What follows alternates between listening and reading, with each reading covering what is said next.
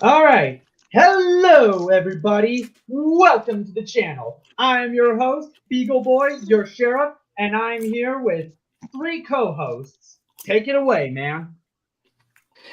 Greetings to all. My name is Firelord Curson.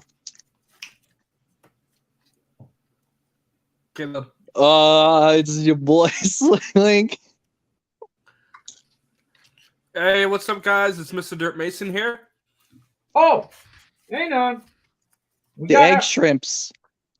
we got Outer Heaven that's live now. What's up, man? I kind of expected it that will be happening. Yeah, right. Greetings. Mason, did you Greetings. introduce yourself or? Yeah, I did. All right. So, welcome to the second No. episode of my podcast called Beagle.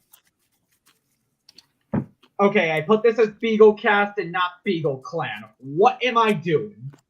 It's a long Saturday night here with the cast. Anyways, so today's video, we are going to be discussing one of my favorite games of all time, what made me a gamer today, called Mortal Kombat. This will be dissecting into our personal history with it, where we discuss some of our favorite memories and overall, basically why we got into the franchise to begin with. This will not pertain into Mortal Kombat 1 at all, since some of you guys probably have not played it, so just keep that out of the way. We will not try to spoil it for you guys, so you guys can go in blind. So with that being said, who would like to start off? I probably won't be mostly talking about it unless it's MK9 or I something like think that. Firelord should go because Firelord does have a extensive history of Mortal Kombat. I agree. Okay. Yeah. Okay. Because you asked me to go along with this, I'll go on ahead first to say I was first introduced to Mortal Kombat. I was first introduced to Mortal Kombat and Mortal Kombat 4, obviously. That's how I was introduced to that. But what I really did not know about it, and this is something I should have known about that even when I was just a small child, I have introduced it to other Mortal Kombat games what was originally in the arcades. Obviously, Mortal Kombat was released in arcades, and that was from 1992, although I do not know at what year it was in. I was in a loony park, let's put it like that, okay?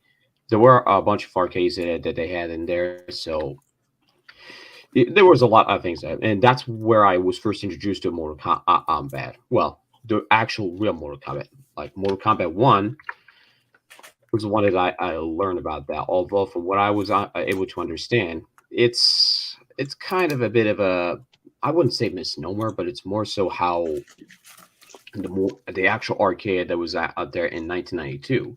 Now, even though I was born in mid 90s, I wasn't there or I wasn't around that at that time frame. So there could be it's something that I should have been born in the 80s, and in retrospect, I really should have been, but I was born in the mid 90s, so there's at least a bit of time that I wouldn't be able to do it to be able to play Mortal Kombat when I should have been introduced. But Mortal Kombat 4 was my very first introduction to how I knew about its existence, and I actually used to own it on PC, and I actually still do it to this day, playing it on PC and no less. So that's how I was first introduced to that. So for that particular reason, I actually adore the old school. I actually do prefer the old school kind of Mortal Kombat, ranging from Mortal Kombat, the original arcade, and to Mortal Kombat 4, all the way to that game. So yes, that's how I learned the existence of the Mortal Kombat. Now, one of my favorite game. Well, I'll put this out there. My favorite game, my favorite Mortal Kombat game that I actually do like is the Mortal Kombat 3. Now, even though Mortal Kombat 3 tend to be a little bit unfair in some aspects of it the AI, due to the AI stuff that has been going around. Well, at least when you try to face your opponents, that's where it actually becomes a bit problematic. But I still find it to be fun nonetheless. Mortal Kombat 3 was actually the game that I used to play the hell out of it, especially on the Sega Genesis version, or Mega Drive as it's called in most of European countries, and especially in Japan. So you could definitely say where this is going, and I honestly really do like it. And for that, I wouldn't be where I'm at right now when it comes to Mortal Kombat retrospectively. But here's what I can tell you: this in Mortal Kombat 3 and Ultimate Mortal Kombat 3, while it is a updated version of Mortal Kombat 3, it still is difficult as hell, to put it like that. So Motaro, Shao Kahn, and a few other characters that you're trying to reach in a tower. I'd say it's still fun if you know exactly what the hell you're doing. That's all. That's what I'm gonna have to put it out there. So you can definitely say, "Oh, you should have been playing harder to get good." Well, I'm only there for fun, and not for the purpose that I want to deal with people telling me. Because Mortal Kombat 3, and especially older iterations of Mortal Kombat, actually what people have been called scraps. That's what the people were saying, including one who obviously should be coming in soon. So there's that. But all I can tell you this: the old school Mortal Kombat games is what I prefer. There's no other else. There's nothing else that I would want to say. The Mortal Kombat.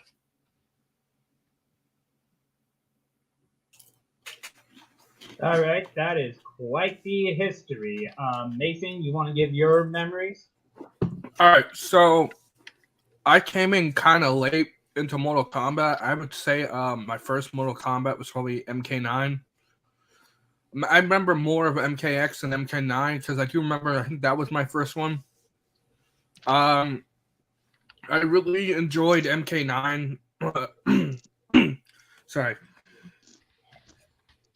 There we go. I liked the story. I did like the story. And the fighting was the first. Getting to do the fighting and stuff like that was my first introduction. And then I would say that my second Mortal Kombat was MKX because I do remember getting that. I thought the story was good. It was okay. Still some inconsistency. I still prefer MK9's story in terms of like the timeline and stuff like that. Because in my opinion, MK9 to me has the best graphics. It has the best mocap. I think it has like the best fatalities too. It also has some pretty good characters. Like Cyber Sub-Zero was a pretty cool addition. Freddy Krueger. Let's see. They had all the classic outfits. They had Melina's really iconic skimpy outfit with the bandages. That was pretty crazy. This was also, I can't remember the name of the voice actor, but it was also the introduction of Raiden's new voice actor, which actually I felt really fit the character. Yes, and it's actually where it actually came along when the actual VA was voicing Raiden since Mortal Kombat versus DC, which we're not even going to talk about that because it's terrible. I played Mortal Kombat versus DC, and yeah, it was just bad. It's literally a kid's version of Mortal Kombat. It's not worth it. Yeah. Especially since they say that Mortal Kombat DC was supposed to lead up to MK9, which honestly is stupid. It's honestly forgettable. It is. But anyway, after I played more of MKX, I started to get more interested in the older Mortal Kombats, not more necessarily the arcade ones, because I do sometimes play the arcade ones at the arcade. But for me, I think I'm a little bit more interested in the PlayStation 2 era Mortal Kombat, like Deception, Deadly Alliance. Shaolin Monks is a good one that I've actually played, which is a spin-off. It's with Kung Lao and Liu Kang. And they go on an adventure throughout the Earth Realm and the Outworld and stuff like that. It's basically like a beat 'em up. I think yes. this isn't their first time doing this because they did this with MK Mythology Sub-Zero, right? And Special Forces. Yeah, Special Forces. Those two were like PlayStation 1 games. I haven't played any of those. I've seen them in display cases. I thought about buying them, but then again, it's like those games weren't as great. I mean, story-wise, they were good, but they weren't good as gameplay-wise. Yes. And might I also mention that Special Forces, it's terrible. This was a PlayStation 1 game. I think they were trying to push out as many PlayStation 1 games before the PS2. Yes. But I would say my third introduction to Mortal Kombat would be Deception. I think that one's my favorite. Mainly because of the Conquest mode. You have this character which I think it's like I can't remember his name. It's been a while since I played Conquest. But basically Shinjinko, okay. You get to train with Boraicho, I believe, right? Yes, Boraicho, yes. Boraicho teaches you the tutorial on how to fight and stuff like that, but it also lets you be able to explore your hometown and get to talk to people. It's kind of like an RPG, like you walk around and stuff like that, and then you go meet other characters and you do other tasks. I felt it was actually kind of cool getting to experience the whole MK universe in like a role-playing kind of like walk around, talk to NPCs and do this and go into fights. I thought it was pretty cool. This is actually one of the things I really wish would come back to the MK series, but you know. And then I played Armageddon, which Armageddon, of course, was supposed to be the final Mortal Kombat. Of course, it wasn't because then we had the reboot. Armageddon, in my opinion, it's pretty good. It is good, but I feel like it lacks some of the features that the other Mortal Kombat games had, like the Conquest mode and stuff like that. I think it had a Conquest mode. It just wasn't as great because the one problem is that even though it had every fighter, including Mocap, yes, he's apparently a cannon fire. He was a bonus character. It had every fighter in the game that they had to cut down the content a little bit. So they did include stages and stuff like that. It had 3D stages. This is also one of the Mortal Kombats I actually like to involve using weapons. It reminded me a lot of Soul Calibur in that way. But I actually remind you something. This is something only he could say it that. They were going into Tekken territory, which I'm not going to mention due to how controversial this stuff is, unless if you were to talk to Retro about that. But yes, Deadly Alliance was one of the games that it was the first very actual 3D era of a fighting game that, while yes, Deadly Alliance was good, it did not feel an actual Mortal Kombat as people were saying that due to. I did play it, and it did not feel like that. Actually, I agree. And that's something that only he could actually say that honestly, because this is just what it really a bit boiled down to is the fact that it just didn't really felt like an actual Mortal Kombat, because as soon as 3D era fight of Mortal Kombat was made, John Tobias left it immediately after Mortal Kombat 4. But you should know about that kind of history. Which I believe Deadly Alliance is before or after Deception? No. It was actually before Deception. Okay. Because Deception, I felt like polished a lot of what Deadly Alliance did wrong. I felt like it did polish that, and then Armageddon, of course, Armageddon adds the whole content, right? In terms of which one has more replayability, I would say Deception has the most replayability, but I also say that Armageddon also features the most content in terms of fighting characters, stages, and all this stuff like that. However, due to the limitations at the time, because I had to fit every single character in there, that also meant that they had to get rid of like some modes. They did add some like bonus modes, which actually were something I found funny about the older Mortal Kombat games, is they added these quirky mini game modes, which was actually kind of funny, and it was actually pretty interesting to have. Like for example, Mortal Kombat Chess was kind of interesting. It's basically I did notice that. You play it's a chessboard, You move your fighter. When the fighters meet, they fight. It's just actually it's chess but Mortal Kombat. And then the one game mode that was really interesting in Armageddon is they did this racing mode that was kind of like Mario Kart meets like Modern Nation Racers together. And the whole catch is that if your character crashes, they die out of their cart. It was kind of funny. It was kind of a funny mode in Armageddon to have. And even though it didn't even need to be there, like it was a great mode because it was just a really nice, refreshing to like go from the fighting to racing to chess. Now, I will say some like Deception has the good conquest mode. It has the towers mode. It has a lot of good characters. Deadly Alliance, in my opinion, maybe I don't know if it's aged the best, because I know some people have fondness for Deadly Alliance. I feel like Deception doesn't get as much love. I think in terms of like the 3D era for Mortal Kombat, I would say that Deception offers you the best. And I actually do agree that Deception has that. Because in MK4, right? MK4 was their first attempt, I believe, at 3D, like the 3D fighting, which yes, I believe because then after Deadly Alliance and Deception, they fully realized that. Something that's really torn me a little bit about it is that when they made the MK9 reboot, I understand they were trying to go for the classic 2D fighting stage kind of thing, but to throw away the 3D environment with weapons and stuff like that kind of made me a little sad, because I would actually love if they continued to do that.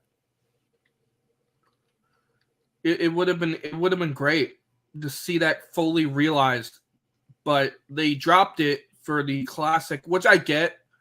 The classic fans do prefer the 2D environment.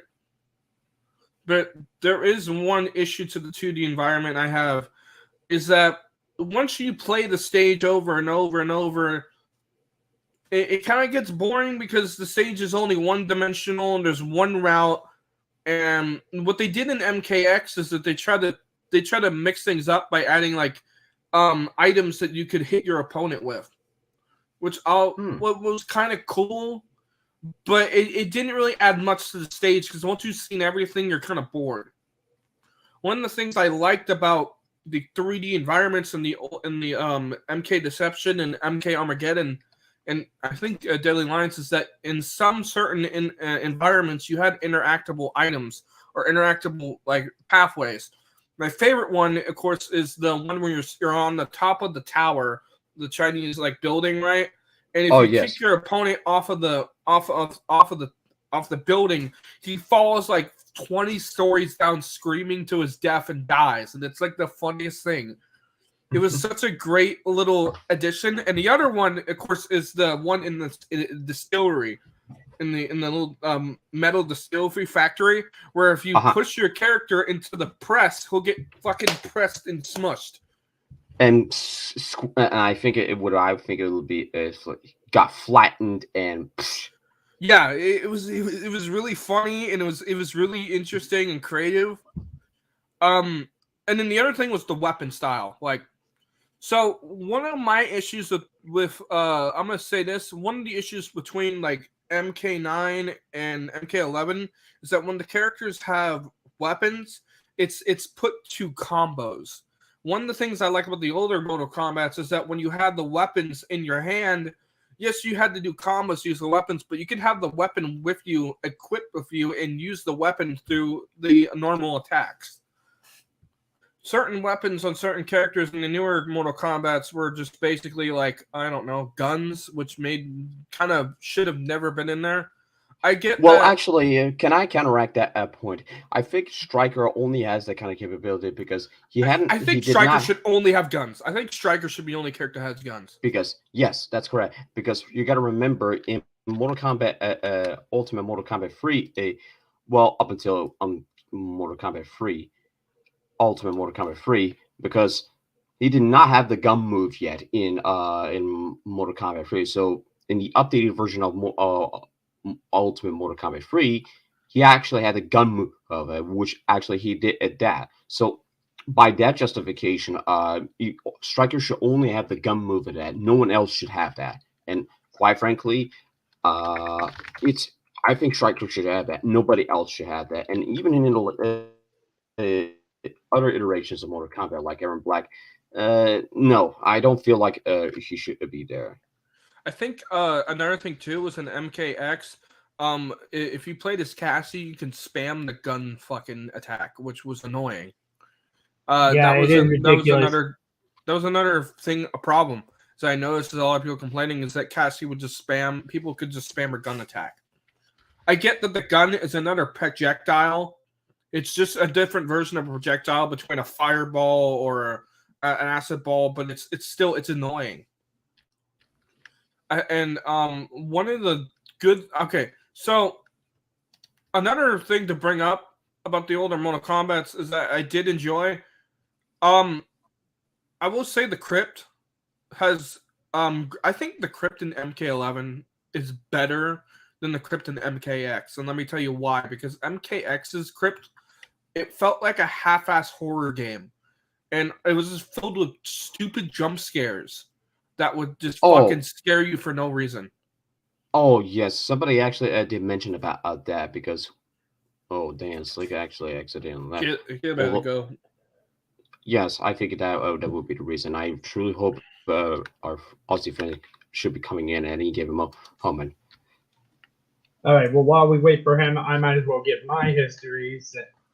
Well, actually, I want to hear. I want to Mason continue his point of that. Now, yeah, let me Mason, finish this point. Yeah, real quick. Now, what I actually will counteract that. Well, not counteract it, but it's more so. I do agree that Mortal Kombat X is in Crypt really did felt like a half-assed horror jump scare because it's just a cheap one that doesn't really fit into that.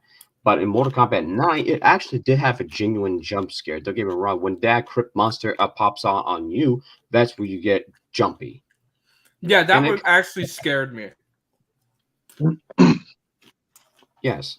And because the crypt monster pop out of nowhere, even when you try to move away from another area, it's still just going to pop out of nowhere, no matter which one of the crypt you're going for. So there's at least a bit of that. Now, for Mortal Kombat 11, as far as that's concerned, I actually want to counteract that. Because it contained the loot boxes there that is so RNG that even he actually had a legitimate complaint on that. That's where I had to actually put that out of. That's where I actually had to get this out of the way. I can understand that actually, yeah, because you were opening crates to unlock unlockables, and yes, the entire time you're going there opening crates, spending your money. Now, I will say, I think the best part about the MK11 crypt is the presentation of Shang Tsung's island. I think that is done perfectly. The way that the island is designed, the way the island looks, as you're walking, exploring the island, there's a lot of good landmarks to look through. There's a lot of good stuff to look through. It's like, and it reminded me a little bit of the Conquest mode. You could also use a weapon to smash stuff, explore secret areas, which was kind of cool.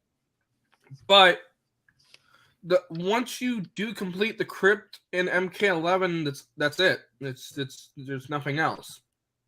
But I do say the presentation on Shang Tsung's island was done really well for the crypt in MK11. But I do say that MK9's crypt is a little bit more interesting than both, because that one was pretty fun. You go through the graveyards, you open the thing, you get scared, you unlock bonus content. I felt like it had a lot more effort put into it, because MKX was just fucking awful. Like, walking through a bunch of labyrinth mazes just to get jump scared, just so you can unlock your shit.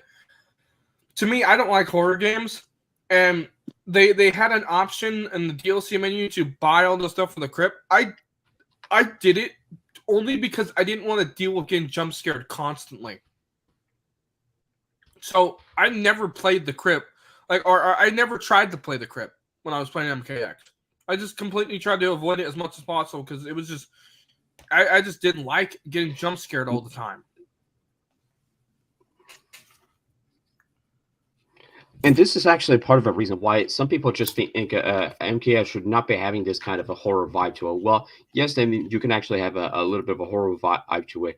It just doesn't feel right when you get a jump scare. It's just trying to be a cheap knockoff version of a certain horror against that's trying to give you a jump scare. And I'm not even going to go as far as to say Five Nights at Freddy's because that's an awful comparison. I'd rather avoid making in that statement. But the point is, in Mortal Kombat X, even our Aussie friend felt that way because it's just a cheap ass horror or jump scare within the game. So I don't want the jump scare. go, yeah. The jump scares in MK9 actually felt genuine, and it was actually kind of a good addition because it was just something that was funny that was added by the developers to scare you if you were like AFK on the screen. Mm-hmm. Where in MKX, it just feels like a drag to unlock all these unlockables. And so MK11 to me has an interesting crypt, but I do agree the RNG in that shit is stupid.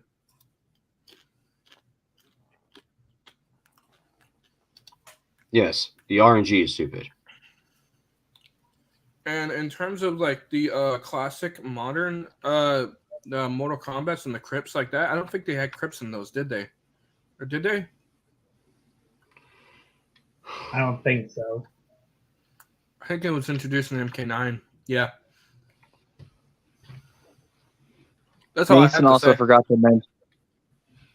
Mason also forgot to mention about the Easter eggs you find in MK11's crypt. Yeah, there are Easter eggs in the crypt in MK11 that reference MK9. Some of them reference MKX. Some references to like the older Goro games. and all that good shit. Yeah, Goro being dead, or certain references to the older games. Those are kind of neat. Other than that, that's all I have to say. Well, if I could give my take on that one, even if it was said to be on Shang Tsung's island that MK11's crypt was on, I think instead of it being Shang Tsung that was the host, I would say they should have went with Collector instead. Yeah.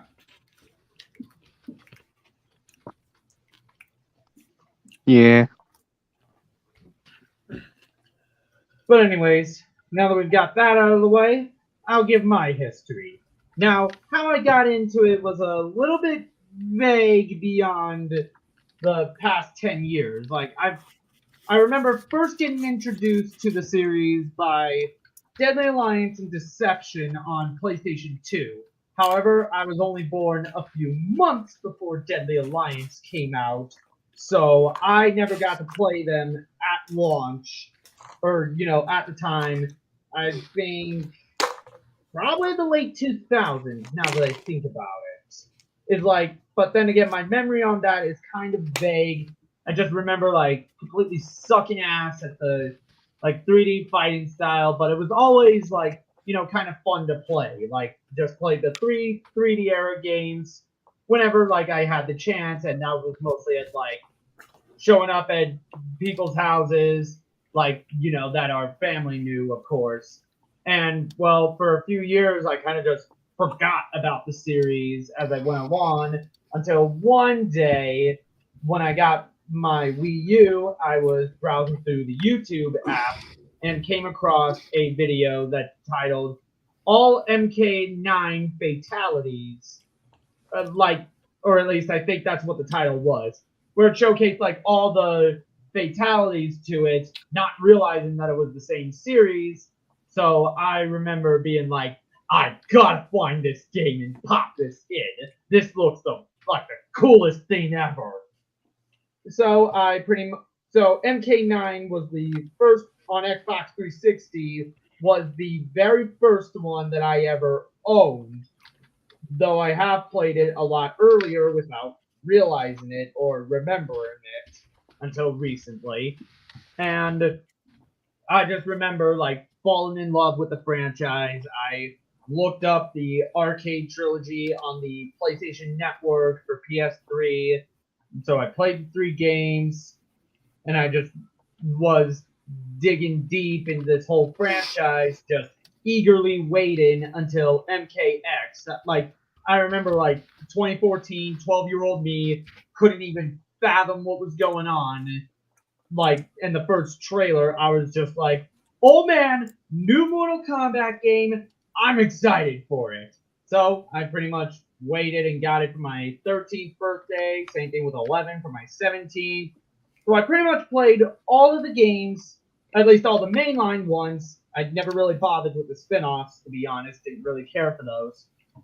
All of them except for number 4. I'd never been able to find a copy of it as a child until much later. I still have not been able to get around to it for various reasons. Well, one of these days you should definitely get your hands on it because they're now available on GOGGoodoldGames.com.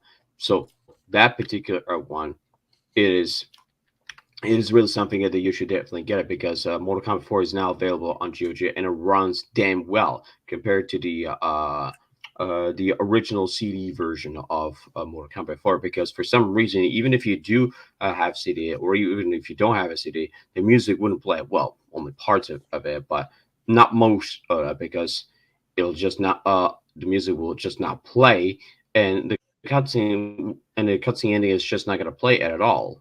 That's one of the many reasons why you should have either a CD version of it that contains all of it or the GOG version of Mortal Kombat 4 is what you should have.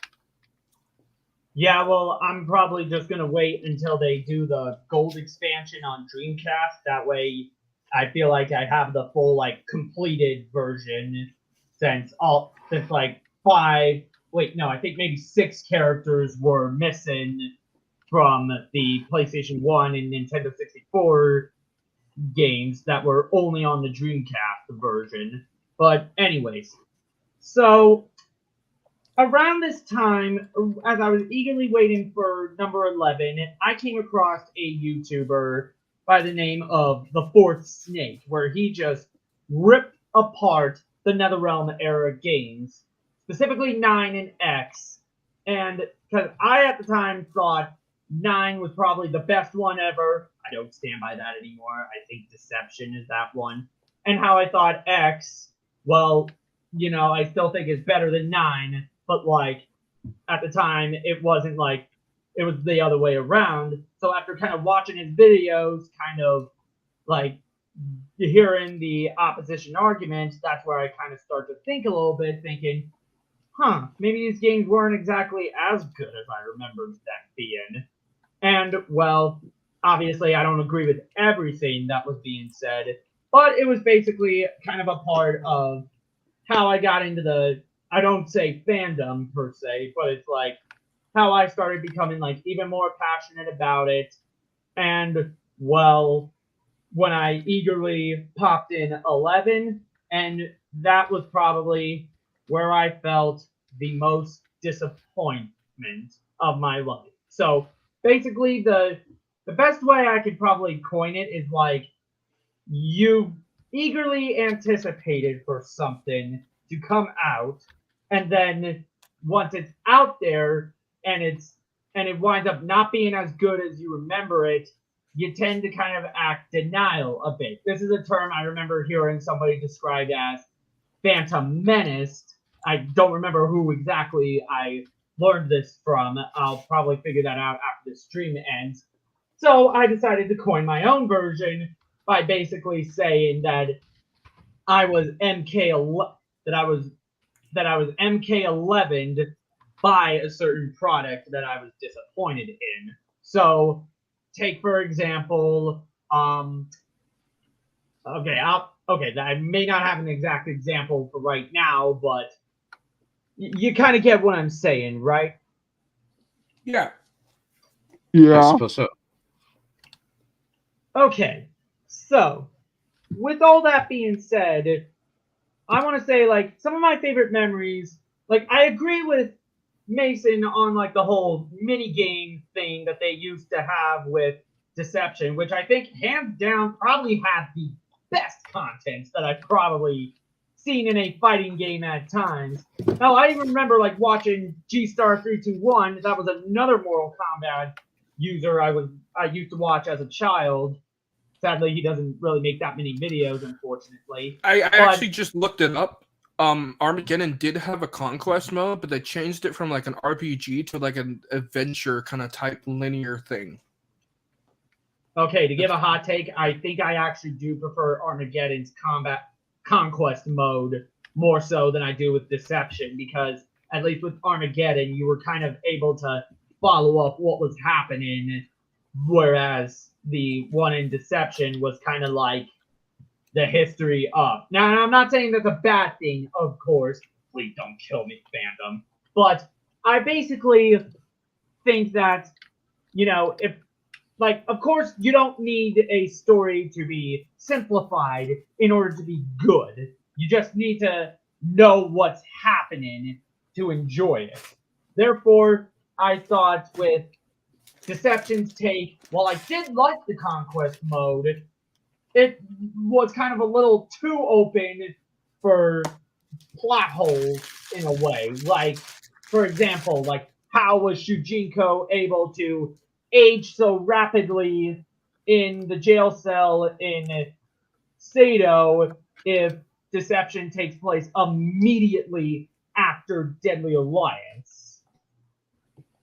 Like, that's just kind of how I always felt about it, where it's like, with Armageddon's case, everything kind of made more sense, where it's like, okay, you're having this, like, end of the world type of thing, but there's a divide on what to do with everyone gaining their powers. Kill them or strip them from their powers. So you have the two brothers, Taven and Dagon, going doing their own thing, and basically how the conflict is involving them, per se, until you end up with Blaze.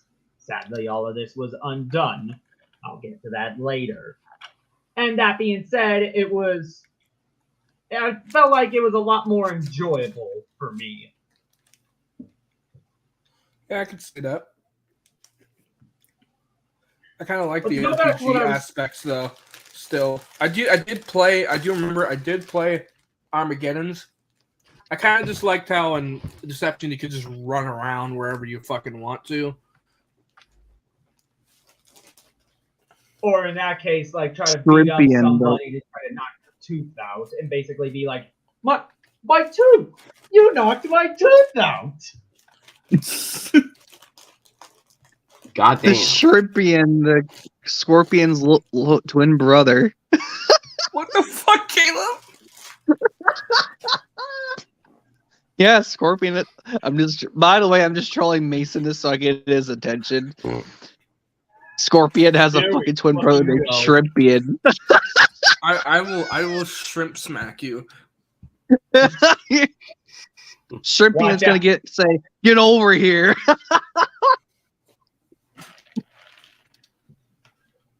Oh, you're trying to get... Watch out. Watch out. You're not being so slick right now. Your name's about to get renamed into Shrimp Link. You ain't slick, Slick. You always ain't slick. You ain't slick. You ain't so dirt with that egg going on in you. There's no egg inside of me. There's only the will to live. Mr. Derp Egg. Nope. Yep.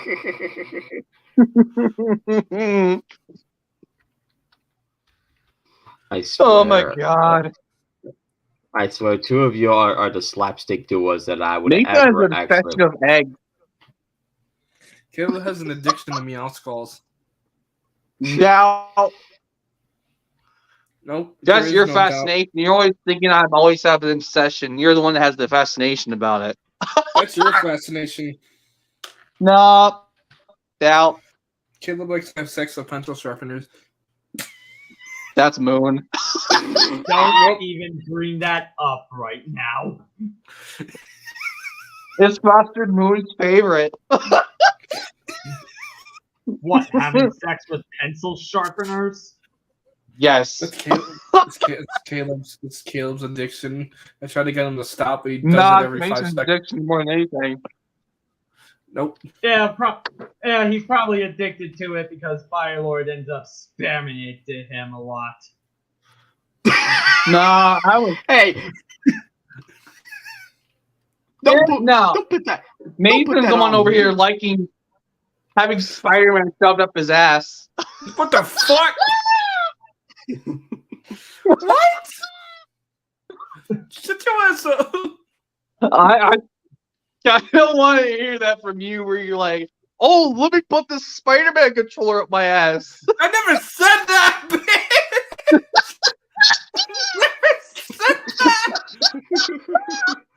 Get If back in anything, the- he's probably going to be putting it up the cheeks on the Spider-Man on the cover of Spider-Man 2 that he posted in the group chat. Oh yeah, you also had the game cover. We had took a picture of Spider-Man forking. Dude, I died laughing when I first saw that because I posted in another group chat of friends of mine, IRL friends, and I was like, bro, I got Spider-Man 2. And my one friend replies, yo, man, Sam, I think my cover's different, though. And he sends that picture, and I just start dying. Oh my gosh.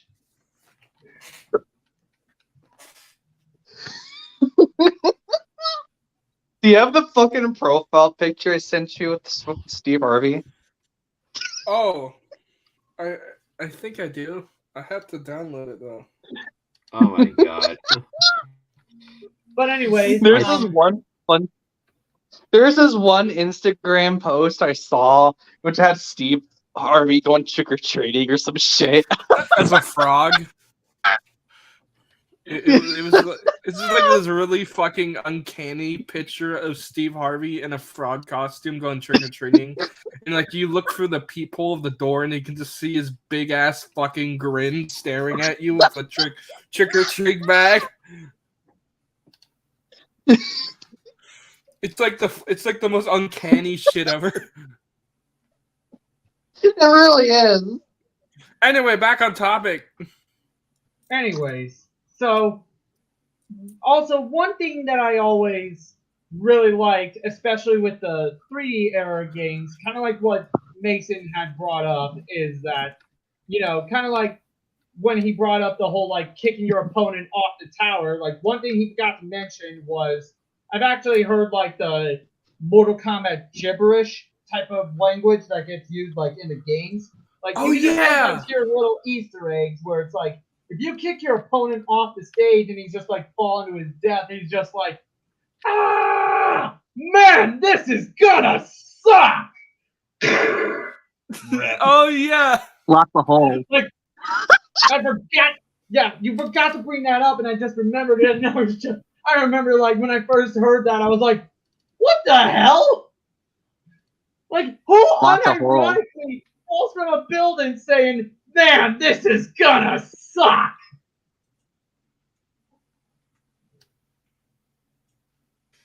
Put that on their habitat. Lots of holes. Oh yeah, don't need to get acting all holy. I found it. I found the video. What video? The one You mean with picture? No, the one thing he was talking about with the this is gonna suck. I found it. Oh yeah. All right, we're putting this on live. Remember, this is just used for fair use, for fair use purposes. Anyways, go ahead.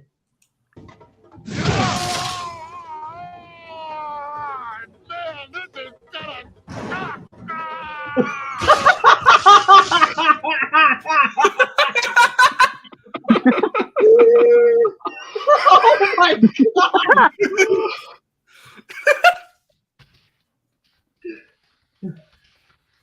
And don't even get me started on what your reward is when you end the puzzle combat ladder if you win. Pretty much it just ends with like this one song, which I didn't even see till G-Star's playthrough of Deception, or at least a series of videos. He mentioned he did one on the puzzle combat as well. How it pretty much ended like with this like weird scene where it was like where it had like all the like chibi characters behind the Tetris blocks and it was like doobie doo ba ba da doobie doo ba ba doobie doo ba ba ba, and I was like, that's it. Like that's oddly satisfying in a way, but like that's it. Like somebody try to find this video. Like let's see if we can try to show everybody what we're talking about. I thought you were about to say the tower is gonna fall and kill them all because that would actually be funnier.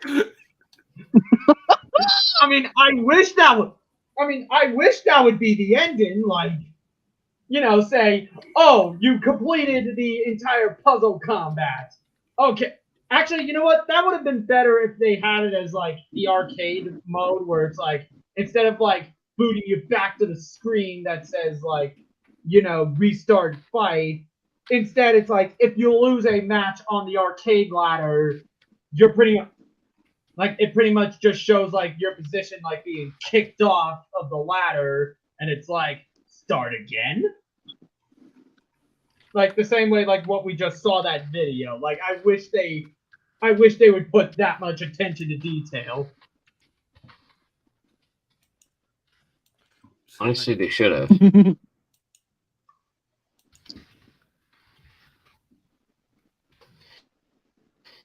But yeah, honestly, I really wish it would have been. Oh, actually, before you proceed to say anything else, I almost forgot. I found it. I think. Hold on. Oh, sorry. Mason said that he found something. Yeah, I found the part in the video where it shows what you're talking about. All right.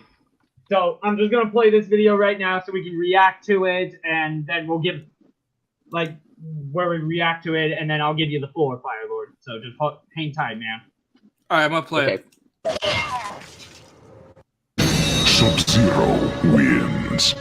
Fatality.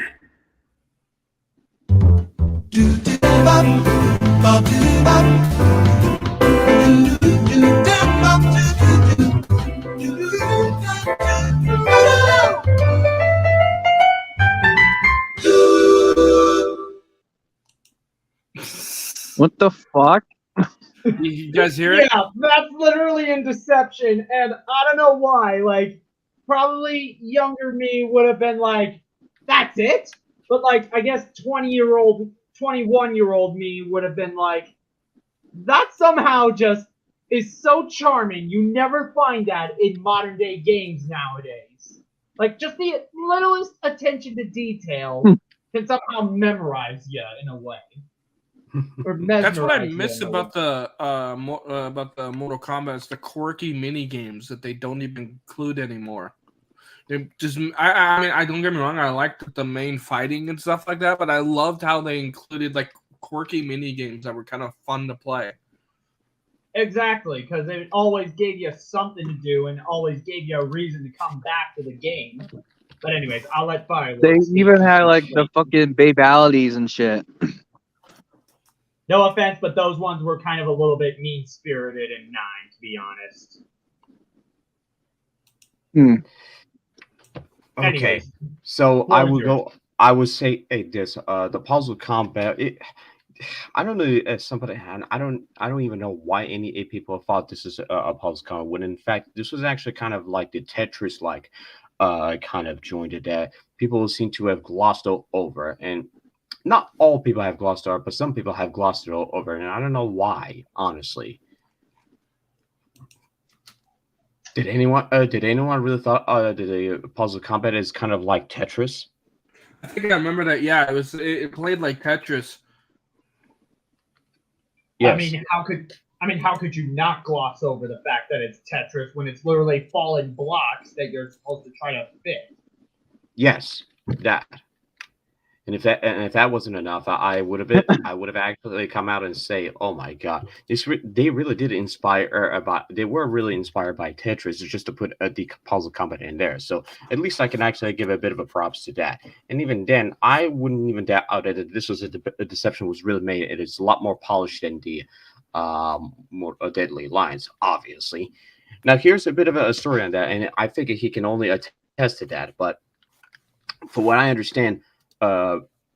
Deadly Alliance would have been considered a flop because let's be honest, Deadly Alliance was not even polished. That should have been in the beginning, like everyone else has been discussing.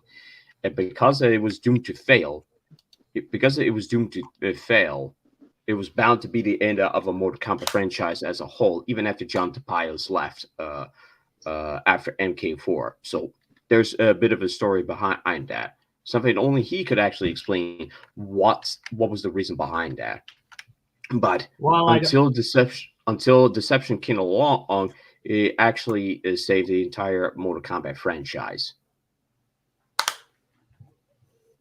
Well, I will kind of attest to that. Like, from what I've read, it was basically said that Tobias had left in 2000 because of Special Forces. So that was like well after number 4 hit, because his original version was to have like Reiko be the new Shao Kahn, and the new hero was going to be like fucking Liu Kang's son. But like, try to keep in mind though that like Deadly Alliance actually kind of did the irreversible in the sense that many gamers actually thought it gave them a nice breath of fresh air because they were feeling a bit fatigued with number 4 and especially number 3. Because so it's like, in a way, it kind of brought about a new playable style where you couldn't just do your whole high punch, low punch, high kick, low kick, uppercut, sweep. How you had like different fighting styles where you have the 2 fighting styles and an additional weapon fighting style. Armageddon would cut this back to 1 fighting style and 1 weapon style, but that's besides the point. So actually, if anything, I would argue that Deadly Alliance didn't doom the franchise, but would actually have revitalized it. Because keep in mind, since 4 came out in 97, Deadly Alliance came out in 2002, that's like a 5-year-long gap without a new game, as everybody was kind of, as you know, everybody got used to like a new game coming out every year or 2, and now they're waiting like 5 different years, so it like kind of shows that they really cared about trying to develop it, you know, for their new generation, the PlayStation 2, the GameCube, the Xbox. I think you had a Game Boy Advance version for Deadly Alliance. I know Deception did not have it. So that's just given my take. I suppose that is actually true. I have actually seen the gameplay footage of the Deadly Alliance on Game Boy Advance, but to be honest, even that is not. Well, I don't want to come across as crass, but I don't want to come across as crass, but Jesus damn Christ, it kind of looks terrible when you look at it this way. Yes, it is a downsized one, but even that, I just don't think it's good for the Deadly Alliance in Game Boy Advance. You also got to think of it in terms of like, you know, imagine you're a kid and all you have is a Game Boy Advance, and this is the only game you have. It's like when you're on long trips with family, it's like it's kind of going to be the only, even though it may suck, it may be the only thing that can be entertaining for the time being.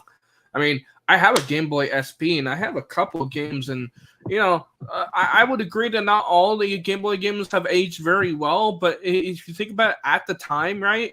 The Game Boy Advance was probably your only entertainment at that point. You know what I mean? For portable, like, Nintendo games.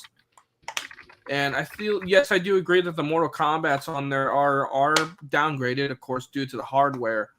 But at the time when you had a Game Boy Advance or a Game Boy, sometimes that's all you had. Yes. Well, yeah, because then again, with any handheld port of any game, they're kind of throwaway for a very reason. Like, you know, they're not supposed to be like your high quality compared to like, you know, under television. They're basically supposed to be as like tie-overs. Like, okay, you're on a really long family trip, but this is just to tie you over type of thing. Most of because here's how I remember it. Like, okay, so the PSP in terms of like portability is great. Like, it offers great titles.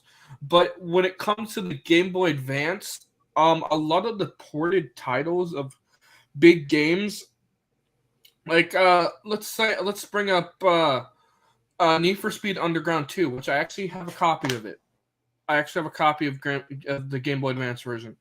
The Game Boy Advance version is downgraded, but what they did is, instead of trying to copy what Underground 2 did with the PS2 port with like the whole like big ass open world, they still brought the street racing aspect and they still brought the tuner aspect, but they tuned it down to like its own thing instead of trying to port in the entire game. Just like how, for example, Most Wanted 510, right, was trying to like recreate what Most Wanted was, but ended up kind of being not a great port of it. So like back then, whenever they made ports of like mainstream games, like for example, I would say like Nicktoons Unite is a game that I have on the PlayStation 2. On the PlayStation 2, the gameplay is great. It's like a top-down beat-em-up game. But on the Game Boy Advance, it plays like a 2D side-scroller. It's a little different from the actual game. Now these days with portable consoles like the Nintendo Switch, most of these games play exactly like they do on the normal console. But most of the time when they came out with the ports of like big stream games, they usually made them like sequels or like spin-offs and stuff like that. And they did the same thing for like Mortal Kombat, because they instead of trying to put the entire like they couldn't fit Deadly Alliance entirely into the game. So they had to make some creative differences and some kind of like cut some things out to make it all fit on the Game Boy.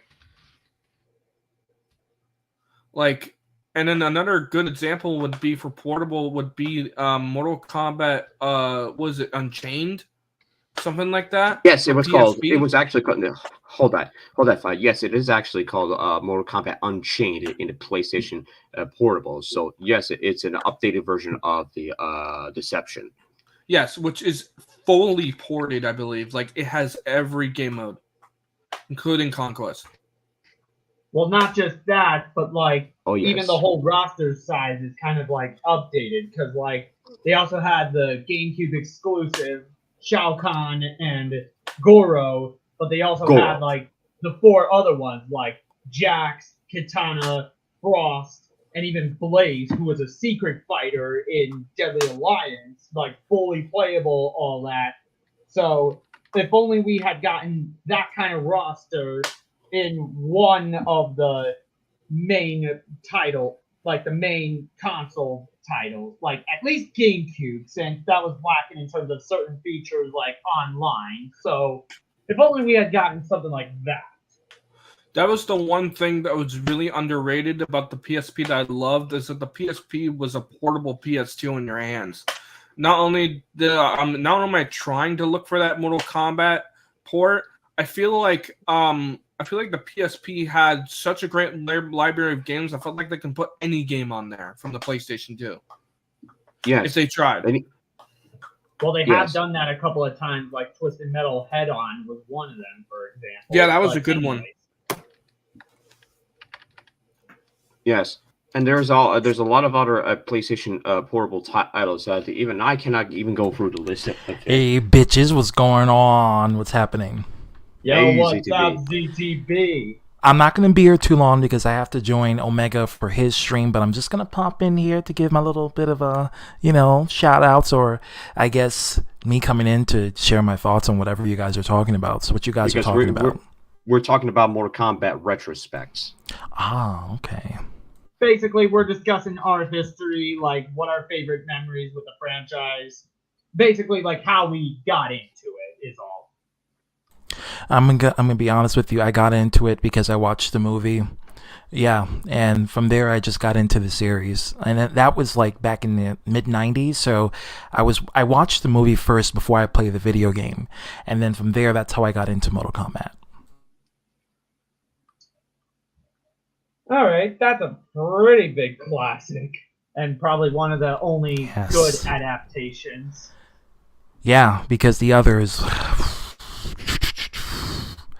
let's just say we don't want to talk about the acting. It's pretty bad.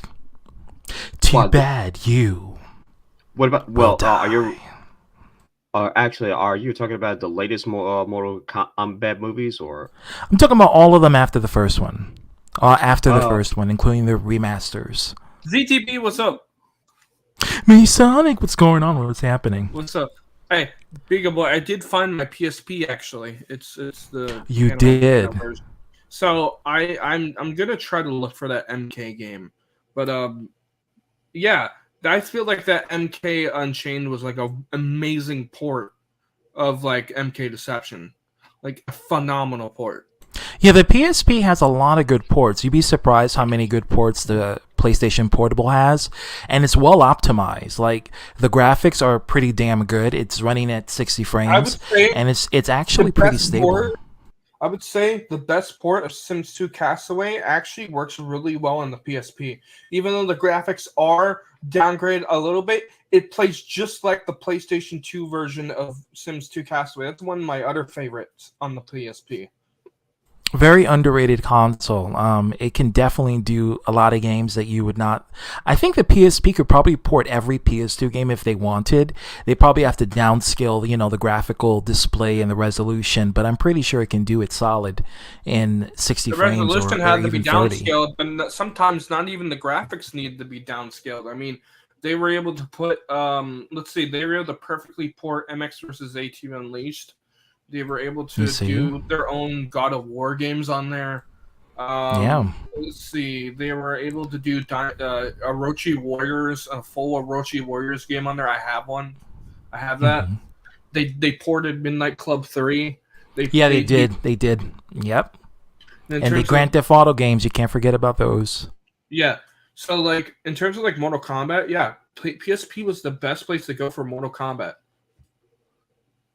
And it was one of the first handhelds that actually you can play multiplayer with friends. So that's something, you guys, if you were born in that era, or if you grew up around that era, it was one of the golden eras of portable, Mortal Kombat fighting. Oh, online. Yeah, Beagle Boy. I forgot to mention, I have the video pulled up of what I was talking about the Motor Kombat of Armageddon with the fatalities when you die. Motor Kombat. And can I show it?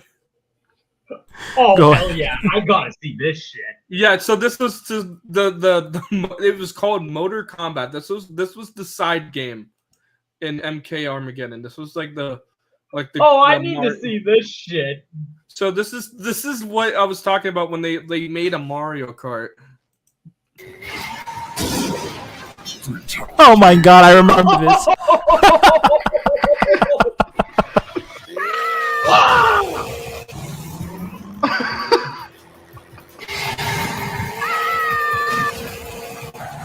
Johnny took a swing.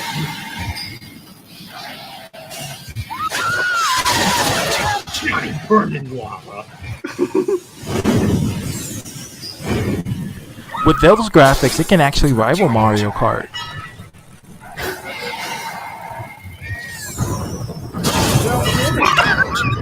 That was my favorite.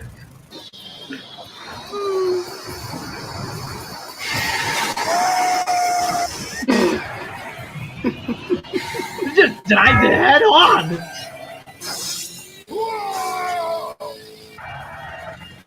Oh. Oh, that gotta hurt. Yeah. Biggest question I've always had is, how do they suffer through that much brutal killers and walk it off like it's no big deal? That's what I love so much about that mode is they actually geniusly introduce fatalities into the racing. That was like the most unique That's an ingenious level of trying to get your opponent like fatality. You hear this, NetherRealm? If you do somehow come across this video years later, make Motor Kombat into its own game. You could actually rival Mario Kart. I would He be actually willing could, to because buy. this mode was actually like this mode was actually good. It wasn't just some like, oh, they just try to copy Mario Kart. No, it was actually a great mode that was like separate from like Armageddon, and I would just play it, and I'm like, dude, this is so fucking good. It should be its own thing. Exactly. That should be its own thing. Puzzle combat should also be its own thing. That's what I miss about the game modes, the mini games, is that like NetherRealms were like, or not NetherRealms, the Midway, right? Midway was the developers. Well, they're kind of the same thing now. Yeah. Basically, I like how they took risks and went like, all right, why don't we branch out and try this out and see how this works, and it would work well. Instead of just going, let's just do the same thing over and over and over and over and over, the same fighting, stuff like that. I get it. The fighting is what people come for, but I like the quirky ideas, like the kart racing, the puzzle, the chess combat. That stuff is what kind of interests me about the older Mortal Kombats. But, Exactly. and the newer Mortal Kombats, I mean, what modes do we get? Oh, you just get story, you get towers. I mean, don't get me wrong, I like tower mode and stuff like that. But then they tried to come up with these challenge towers, which I had zero interest for. Well, actually, you do. It's only a matter of if you have patience to do it. In Challenge Tower in Mortal Kombat 9, that's where it gets. More I was talking about the Towers of Time. You remember that in MK11 where it had these towers that were like, oh, it had a time limit and you had to do it before you get this award? Yes. It was kind of lazy like that. Yes. It looked like one of those, microtransaction screens. Like, oh, you gotta get this, this FOMO effect. This FOMO. Oh, you have to complete this tower, or you won't get this. That's what I'll give MK9 credit for, like, compared to the other three, like, NetherRealm games. It's filled to the brim with content. Sure, it definitely is not gonna top Motor Combat, Chess Combat, Puzzle Combat, or anything like that. But, like, Challenge Tower, Test Your Luck, that was always my favorite one in 11. Yeah, Test Your Not Might. 11, That was, 2011. I think that was a game. Yeah, that was a game mode in MK9. Yeah, they had Test Your Luck. I think it also was in X. I don't remember if it did. Oh yeah, Test Your they Luck had- was actually really fun. It would put modifiers and negatives against you in the fight, and it was actually really fun. Well, yeah, but it's like with 9, it was like you had the challenge tower, like going from like trying not to get hit X amount of times all the way up to beating the 3 boxes in the arena. But you also had like, Test Your Strike.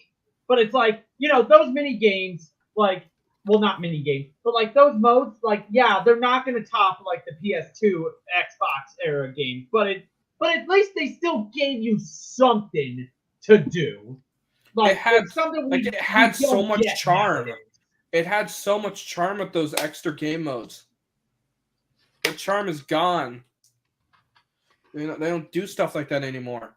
Like for real. Like now these days, they would charge you money to play those game modes. You wouldn't even get Which that is for free. bullshit. Oh, that would have been a DLC all the way. That would have been a DLC. That would have been $29.99 extra, and it will not be included in the main game. And you would have to sign up to a subscription service to either PlayStation Network or Xbox Live or Nintendo Network in order to play those games on the server. Period. Yeah. On Steam, you don't have to fucking do that. Well, Yeah, that's on the Steam beauty you of don't PC have to. gaming. Thank goodness Steam is free when it comes to online Wi-Fi, because if they were to charge people for a service, PC gaming would die. Period. Agreed. Or at But I least they're think- just less but, like, corrupt now. But like, let's look a little back on the modes, right? See, the best part about these game modes is that they were experimental. Basically, what they were doing were like they were like throwing this in the water and see how it worked, and that's what was so fun about it. Is that you weren't supposed to take the mode seriously. It was all in good fun.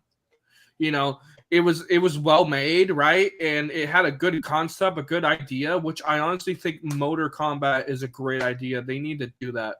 Like if they did that, like, okay, look, there's Nickelodeon Kart Racers, which is out, which Nickelodeon, now I played Nickelodeon Racing Kart. And then the racing Disney Adventure Racing game as well. game. Yes, there's the And Disney Crash Adventure- Team Racing. There's Crash Team Racing. There's Mario Kart. I feel like if they made a Motor Kombat sequel with the chibi like characters with kart racing and fatalities and gave it a shot. I feel like people would buy it. But more than likely, Nintendo would harp on that because Nintendo usually harps on like family-friendly content, you know. So no, they would if put they it do, on, they would put it on Nintendo Switch. Trust me, dude. yeah, because it's a racing, so people usually play racing games handheld. So the Switch will definitely be the dominant console for that. If it could put Garfield Kart to shame, that'd be amazing. Listen, if they could put fucking Witcher 3 on the Switch, they could put any game on the Switch. Okay, let's be clear. They did. Yeah, that's I know. So fucking insane, doesn't it? And did they actually port it right? If I'm correct. Yeah, they ported Witcher 3, the deluxe edition. And they did. And the graphics look just like the like you would play it on 360 or a PlayStation. I would say, yeah, 360 would be more likely because that's where it shares its favorability. Okay, because like that's the one thing you can port games on Switch. It's just that these fucking developers are lazy and they're like, oh well, I don't want to do the porting thing. Like for example, MK11's Switch port is actually fucking awful. Yeah, it's like how do I explain this? Like whenever you're in docked mode and you know how the characters have the character banter, like the 3 banter, like they make the comeback thing. Whenever your first character is talking, the character's mouth would not lip sync with what the voice actor is saying, and it would lag. Yeah, because it's a shitty port. So it's not really the console itself. It's not because, the Switch is underpowered, so that's why I can't run the game. No, it's the fact that these developers, they create shitty ports. Instead of creating an exclusive version for the Switch, like from scratch, they could do that, but they're not going to do that because that's too much money, too much time, and too much time. And they don't got that much time because they're lazy as fuck. Every time someone says, "Oh, the Switch is underpowered, it can't run these games," it won't be. That's they can bullshit. suck this underpowered dick because let me tell you something.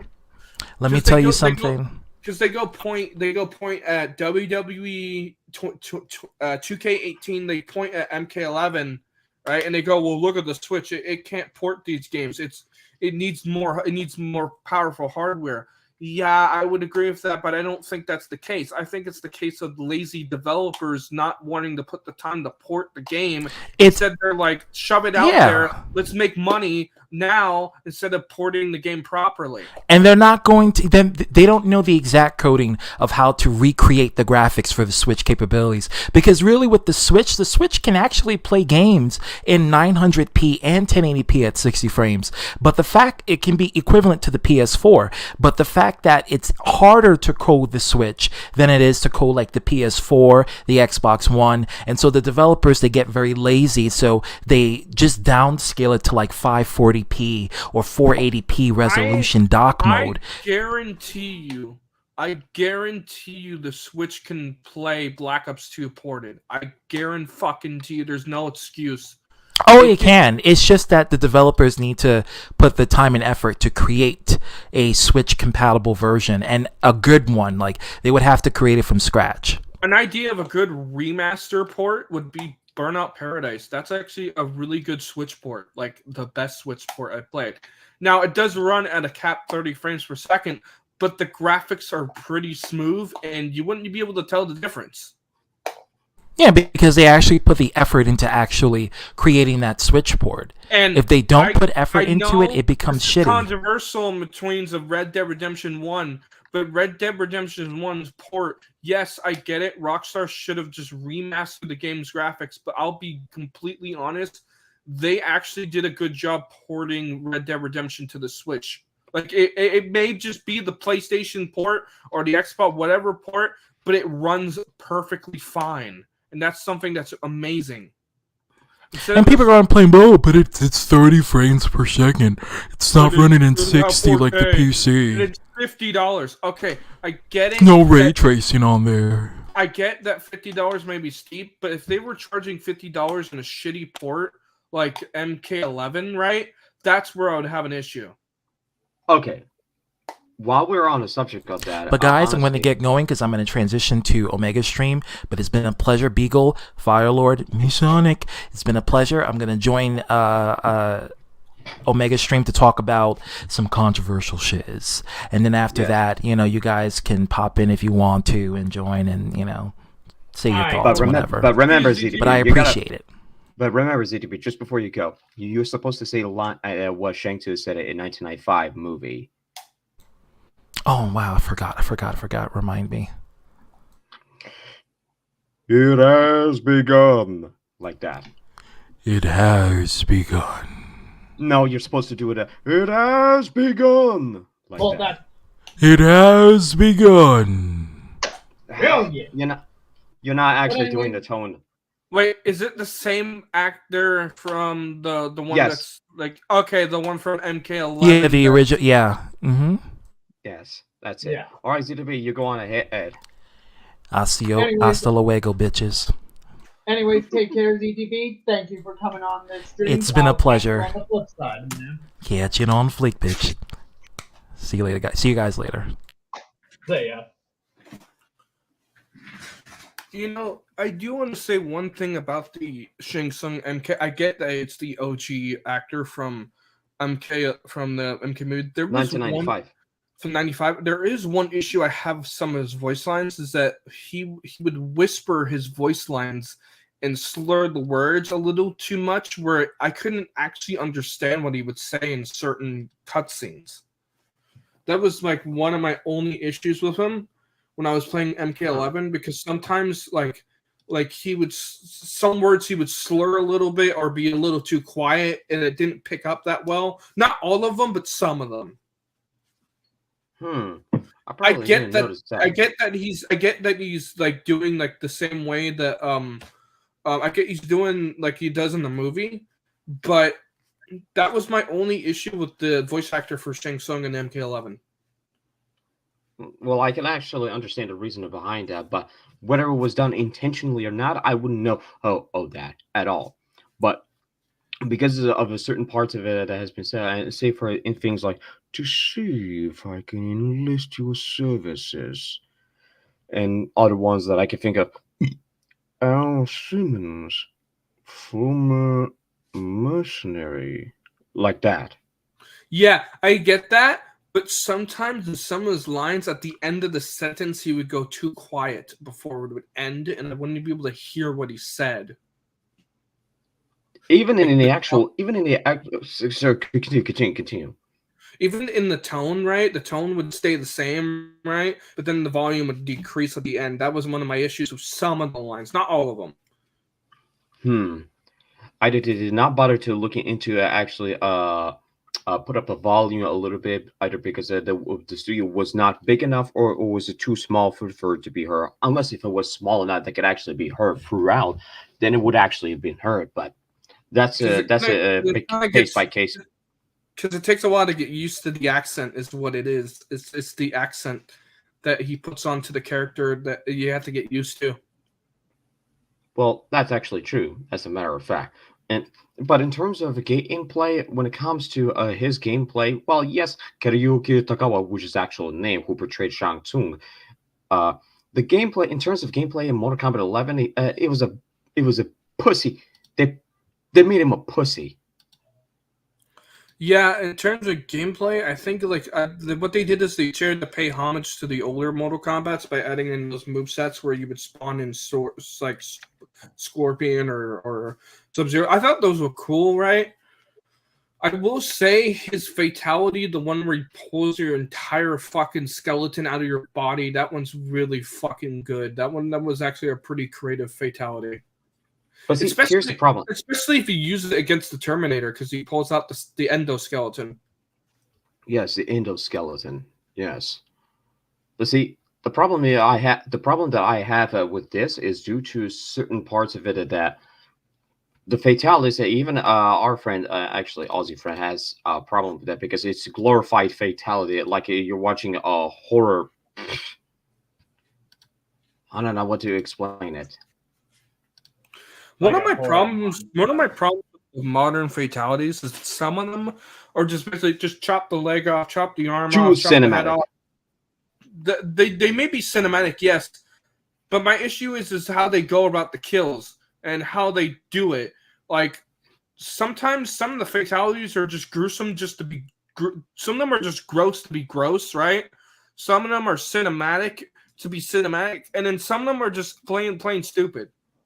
Like for example, Jax's fatality in MKX where he literally smashes your arms in and then fucking rips open your head to make it look like a T-Rex. That one was funny, but it's also kind of it has no climax. Because at the end, he just puts the cigar in your fucking tongue and then just walks away.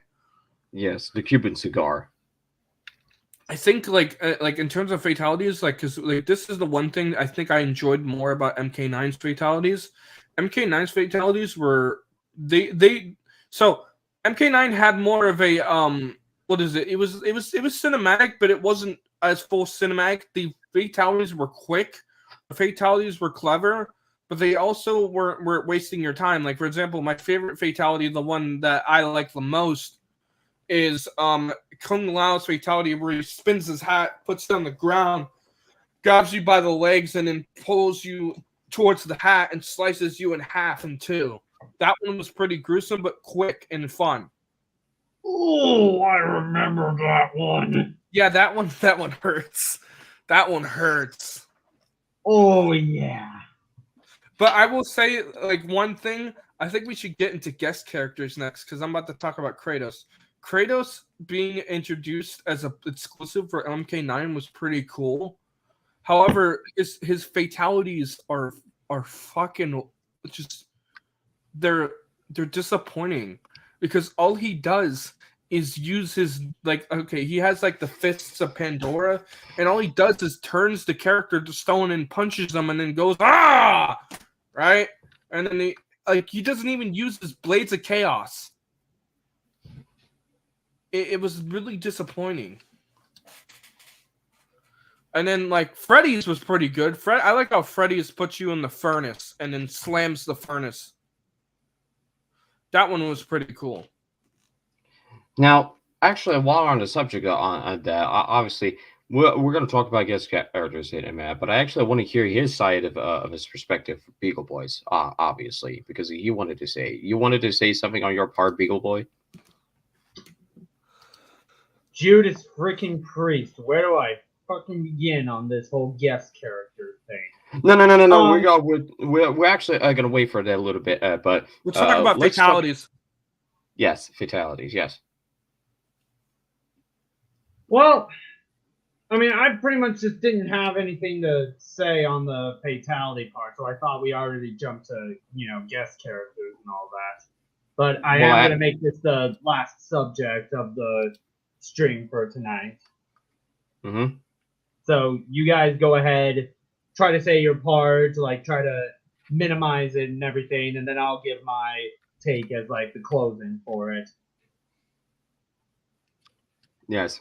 God damn it. It's a shame our Aussie friend could not make it due to the fact that he's been playing. And I really did tell him to be there, but for some reason he's been busy and not able to be there. It's a crying shame. He should have been there. Okay. So in terms of guest characters, okay. Freddy Krueger, I did not mind having him in there, even though he's a first party. I felt like he fit. I felt like Freddy Krueger did fit in there. Yes, he did. Even though technically he was he's a third party, having two blades on each of his finger. The only movie that I can recall is I can only recall that he actually has a one claws on each of his on his one finger, four of them as a matter of fact. So I could actually remember what was that, but. What I don't realize is that why did it bother to include his finger claws in Mortal Kombat 9, but yet in Mortal Kombat Mobile, and get this, because this is a bit trivial, they reverted back to his finger claws in Mortal Kombat Mobile. So there's a bit of an inconsistencies going on, but even that, it didn't really mind it. Yeah, MK Mobile has some of the most reused assets I've ever seen. Yes. Which is because I remember playing MKX Mobile, and this is where like they did a decent job of porting MK to the iPhone and like Android, but it still wasn't the same. Mm-hmm. It wasn't the same. I think in terms of like the other guest character, of course, was Kratos. I felt like that was cool. That fit in pretty well for PlayStation. And I'm gonna be Yes. honest, seeing Kratos in Mortal Kombat would be great. I would love for have him back actually, because I think that'd be cool to have him back.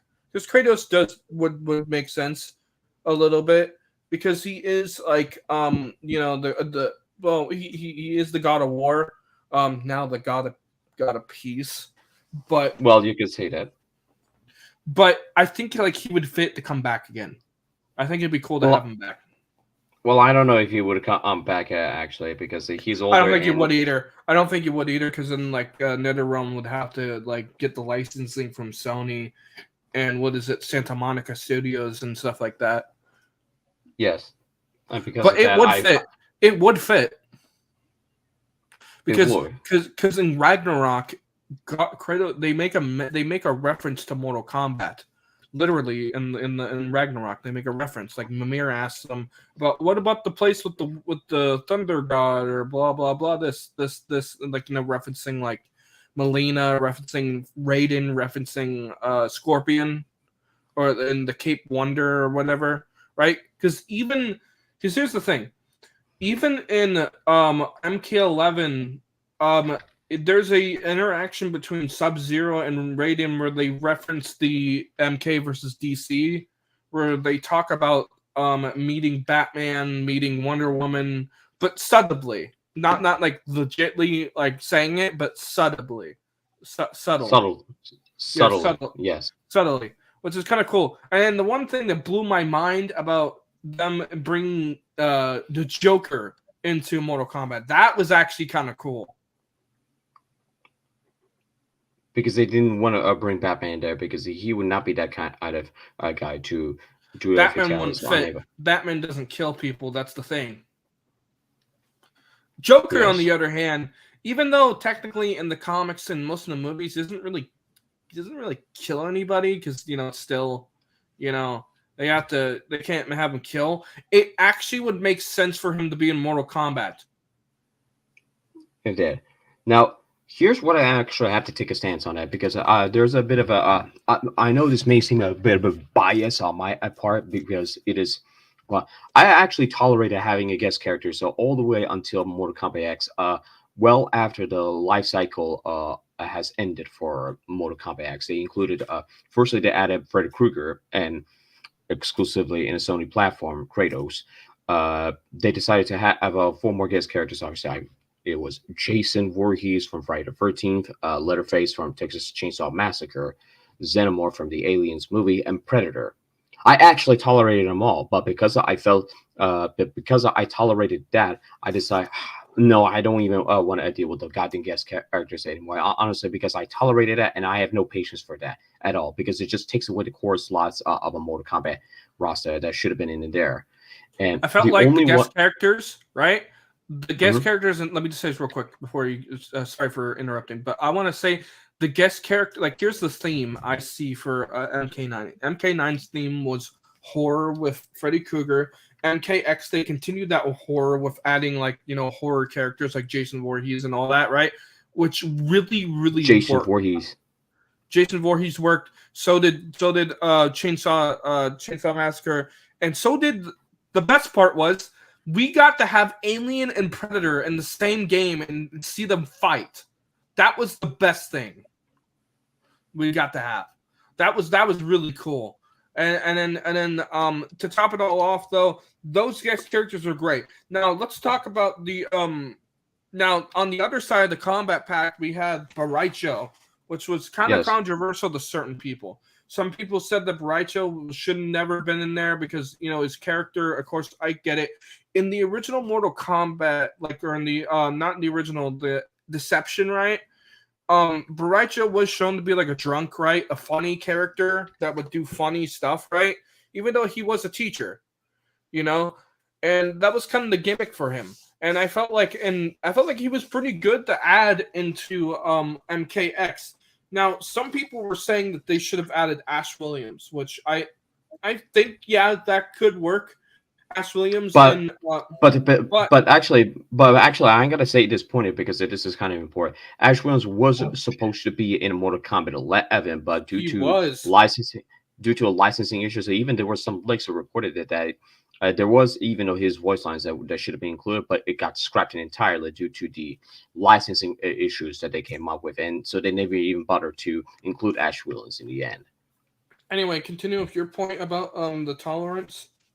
The tolerance of a guest character. So I stopped tolerating having guest characters in the goddamn game due to the fact that it just takes away the core slot of a Mortal Kombat roster. So that's one of the major issues that I have.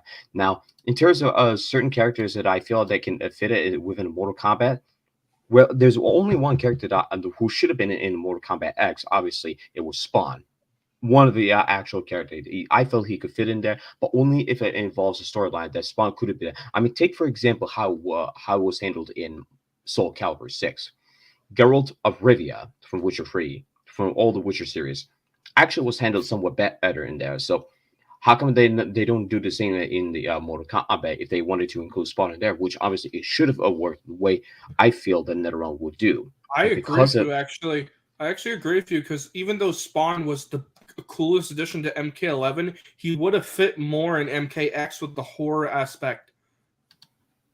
Yes, but only in terms of storyline, how he fits it within the universe in Mortal Kombat, obviously, because he was originally supposed to be in Mortal Kombat X, but due to the technology limitations, they could not do that in time. So instead, they had, in terms of escape, that's the biggest part of the issue. So Spawn had to be included in Mortal Kombat 11 at that given point. Spawn was such a welcome guest character, though. I think Spawn was perfect for Mortal Kombat because not only was it based off of the comics and based off of the movie of Spawn, he was voiced by Keith David, which just put the icing on the cake. It was just a perfect fucking just perfect. Now, MK11 is where MK11 is where the guest characters, as you can tell, are based off of 80s and 90s action films. And this is where it kind of goes off a little bit too much. Like, don't get me wrong, I enjoy each edition, but I don't feel like it screams Mortal Kombat. All right? So, for example, okay, adding the Terminator into Mortal Kombat was cool. I mean, I honestly would have saw that coming anyway. It is pretty cool that Arnold Schwarzenegger did say in the tweet or something like that, like, I won't be able to voice the lines, but I got a buddy of mine that can do it. You know, that was cool. I'm not subject to human law. Yeah, I did like that. I felt like Terminator being in there kind of fit pretty well. It was a pretty cool addition. And then we got what is it? And then we got RoboCop. And Rambo. Okay, I'll speak on Rambo a little bit because I feel like Rambo just doesn't fit. No. But talk about RoboCop first. So RoboCop, honestly, I think RoboCop is just fucking excellent. I think that's another excellent guest character because it's not only voiced by Peter Wellington and Peter whatever his name is, the original actor. His story, they also have a part where when you fight Terminator and RoboCop mentions, hey, we've done this before, which he references the RoboCop and Terminator collaboration games like the NES and shit like that. RoboCop's entrance into there was pretty cool. I thought that was a cool. I actually feel like RoboCop does make sense in Mortal Kombat because if you look at if you watch the original RoboCop films, they are very, very bloody and gory. That's what I've heard. It is. Yes, it is very bloody. And so it makes a lot of sense for RoboCop to be in Mortal Kombat. And then we got the Joker, of course. That's another one.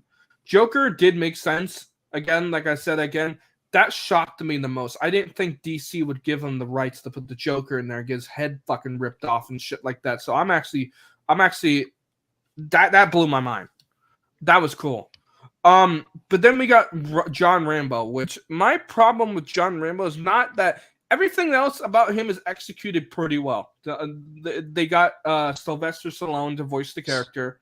Yes.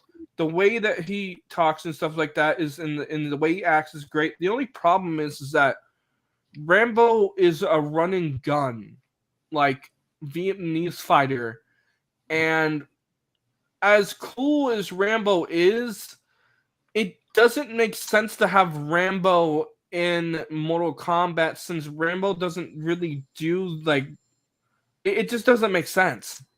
It really just doesn't. In fact, I just even felt had like that kind of issue.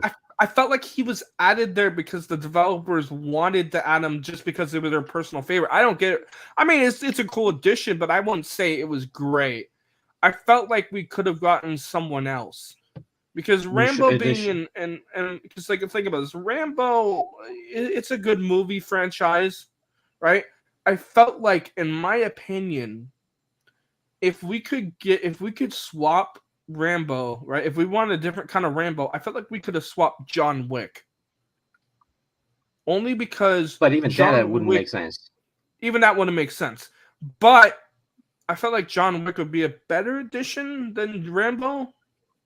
It wouldn't really help the case, but still, I think John Wick would have been a nice. But I think in reality, what they should have done is okay. So they added Spawn. That fits perfectly. Yes.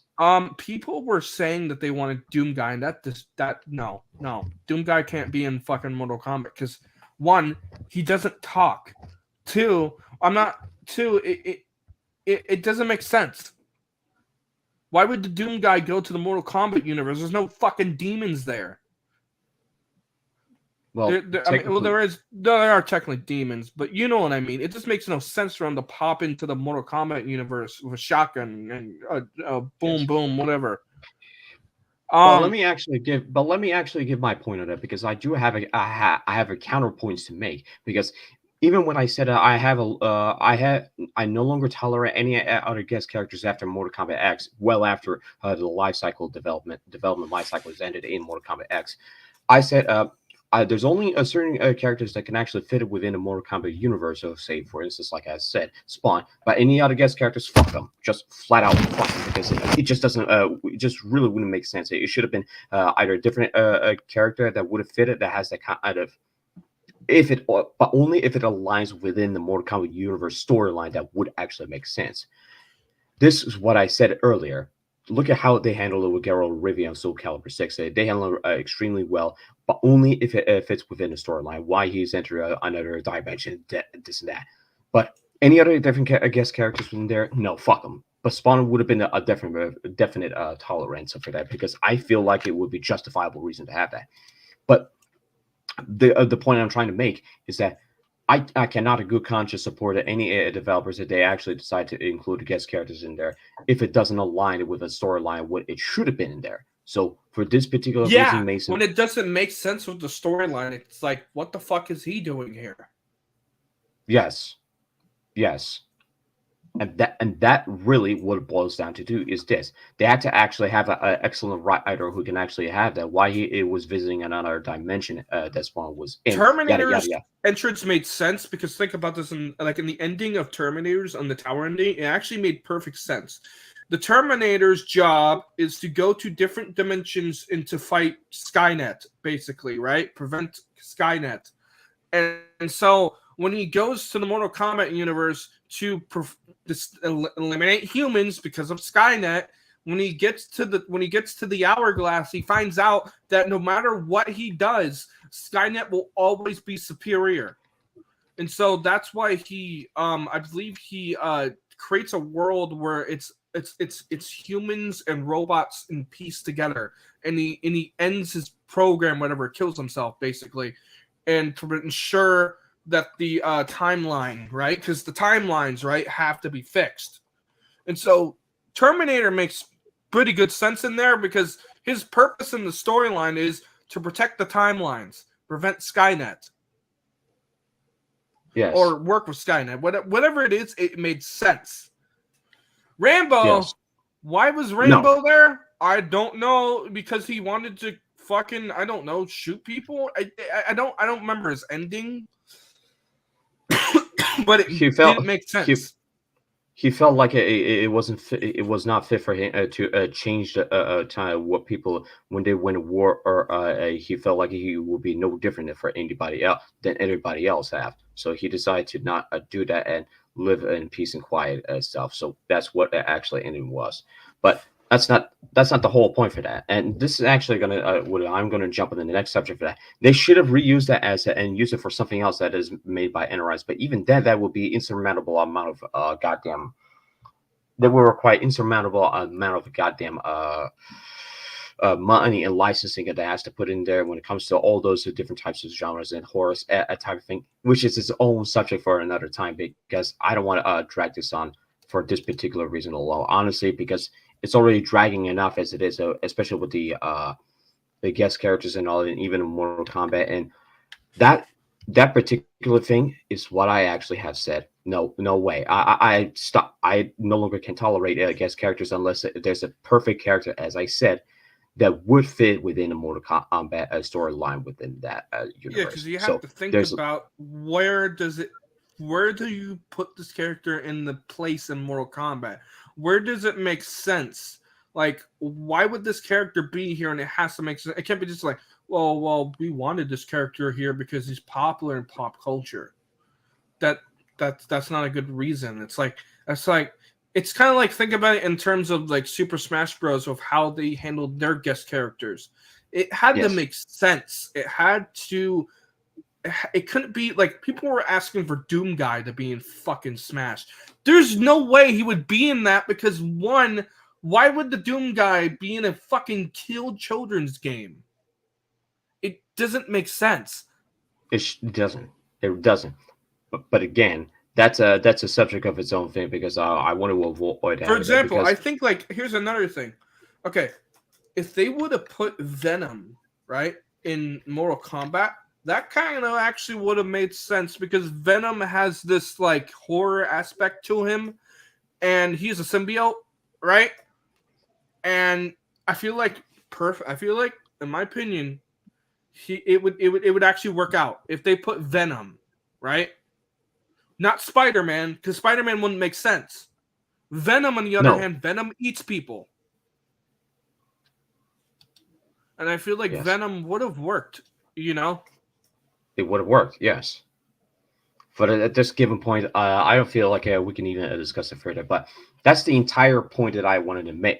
So, Beagle Boy, after all of this has been said about the guest characters, even I made my point because I have zero tolerance of having guest characters right after NKX. What do you think of everything of what has been said in terms of guest characters within Mortal Kombat, Beagle Boy? Well, I'm going to try to keep this brief since you guys have kind of already settled. Well, at least if I were to drag it on, I would probably just be repeating some of the points that you guys made. But I feel like in MK9, the guest characters were a lot more tolerable because it was only like one that was across the platforms. Two or two. Yes, because of Kratos two was... if you played on PlayStation and one if you played on Xbox. And yes, PC. PlayStation 3. Well, yeah, but it was a lot more tolerable then because it was only just one. But like X came around and they gave you like maybe four. It was like Jason Voorhees, Alien Predator, and Leatherface, which was okay. Yeah, that's fine. But I was getting a little concerned about it because they were kind of taking up like roster slots for like characters who already had models and already, had move sets and whatnot. 11 on the other hand, Triborg was disappointing. Triborg was fucking disappointing. They could have, but I mean, like they easily could have just put Sector and Cyrax in there, but no, Triborg. Right, but anyways, they also had like left out Rain, Sindel, and Baraka, which could have easily been used as Combat Pack 1 in the same way that exactly I agree with that. Was upgraded from NPC to playable character. Anyways, but then a lot of those slots just went over to like the guest characters. Like hell, like one of the Aliens' variations was borrowed over from Baraka. But anyway. Yes. And 11, on the other hand, I thought it started to get fucking ridiculous with how many guest characters there were, to where it just got to a point like, okay, these guys are just taking up way too many slots that should have already gone to NPCs and people who already have models, like Ermac, Cyrax, Sector, we just brought up earlier. Like, they were already starting to take up slots. Mhm. And, well, I was kind of hoping that, when the new one came out, and hopefully for furthermore, they don't try to overdo it as much. But I think that's all I really have to say on this subject, and I think that's where I'm going to end this stream here. We've covered a lot, covered our history with the franchise, and Yes, brought and up it's a some very interesting perspectives. So thank you Yes. all so much And for watching. Make sure and it's to a shame. And it's a shame that we couldn't have our special guest to be there, who's from Australia, because he should have been there, and it would have been and it should have been a mandatory stuff. But it's a shame. Well, you can't win them all. But anyways, make sure if you like this video, feel free to give a thumbs up. If you want to see more, feel free to subscribe and hit the bell notification in case you ever see more videos and streams come out. So with that being said, take care. Have a good rest of your day, night, whatever time zone you live in. Have fun and stay safe. And I will see you all next time. Peace out. Bye bye. So yeah.